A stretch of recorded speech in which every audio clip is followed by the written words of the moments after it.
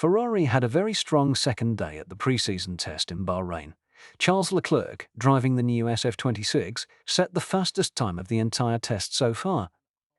His lap of 1 minute 34.273 was more than half a second faster than anyone else.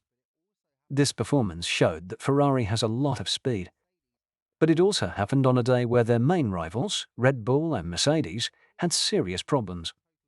Leclerc drove the car for the whole day and completed a total of 94 laps by the late afternoon. He set his fastest time during the morning session using the soft country tyres. This time was not only the fastest of the day, but it was also a lot faster than the best time set by Lando Norris and McLaren on the first day of testing. This showed a big improvement in speed for the Italian team.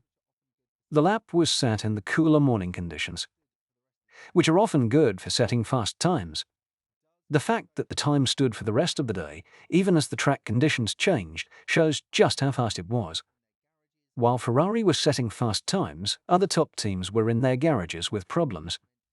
Red Bull had a hydraulic leak on their car, which meant their young driver, Isaac Hadjar, could only do one single lap in the morning. The team worked hard to fix the problem, and Hadjar was able to get back on track in the afternoon and complete 58 laps. But they lost a fair chunk of valuable testing time. Mercedes had an even worse day. Their new driver, Kimi Antonelli, only managed to do 3 laps before the team found a problem with the power unit and had to do a full engine change. This is a major job that takes a lot of time. George Russell was able to take over in the afternoon, but he only managed 27 laps. That meant that for most of the day, Ferrari did not have to compete with their usual rivals at the top of the timesheets. Even without the competition, Ferrari's day was impressive. They completed many laps and showed both speed and reliability. The team seemed to be focused on their own program, running different tests and learning about their new car. Leclerc set a very fast time, but the team also spent a lot of time doing longer runs to understand how the car would behave in a race. This is a very good sign for Ferrari, as it shows that they are not just focused on being the fastest over one lap, but are also working on having a strong car for the whole race.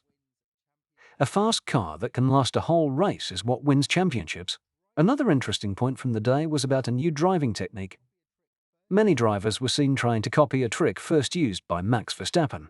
It involves shifting down to first gear in slow corners to help charge the battery.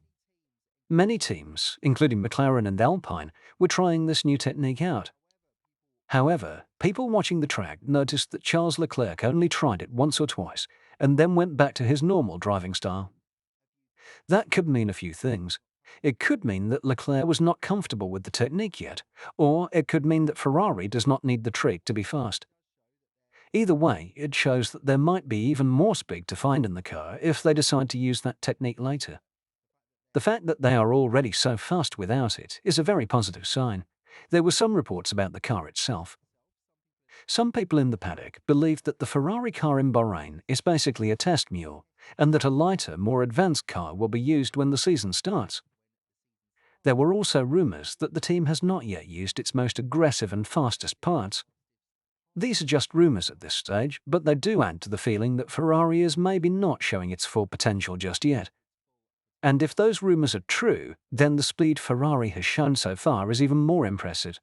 A strong and efficient engine is a key part of being successful in this new era of Formula One. One small issue that was noticed was that the back of the car seemed to be a bit unstable when coming out of corners. This is actually a common problem with new cars in testing, and it is something that can usually be fixed by making changes to the car's setup. It is often seen as a good sign, as it can mean that the car has a lot of performance, but it is just difficult to control at that moment. It is a problem of finding the right balance, not really a problem of the car being slow. The engineers will now have a lot of data to work with to try and solve this issue and make the car even better. The strong performance of the Ferrari engine was not just seen in the main Ferrari team. The Haas team, which also uses a Ferrari engine, also had a very good day.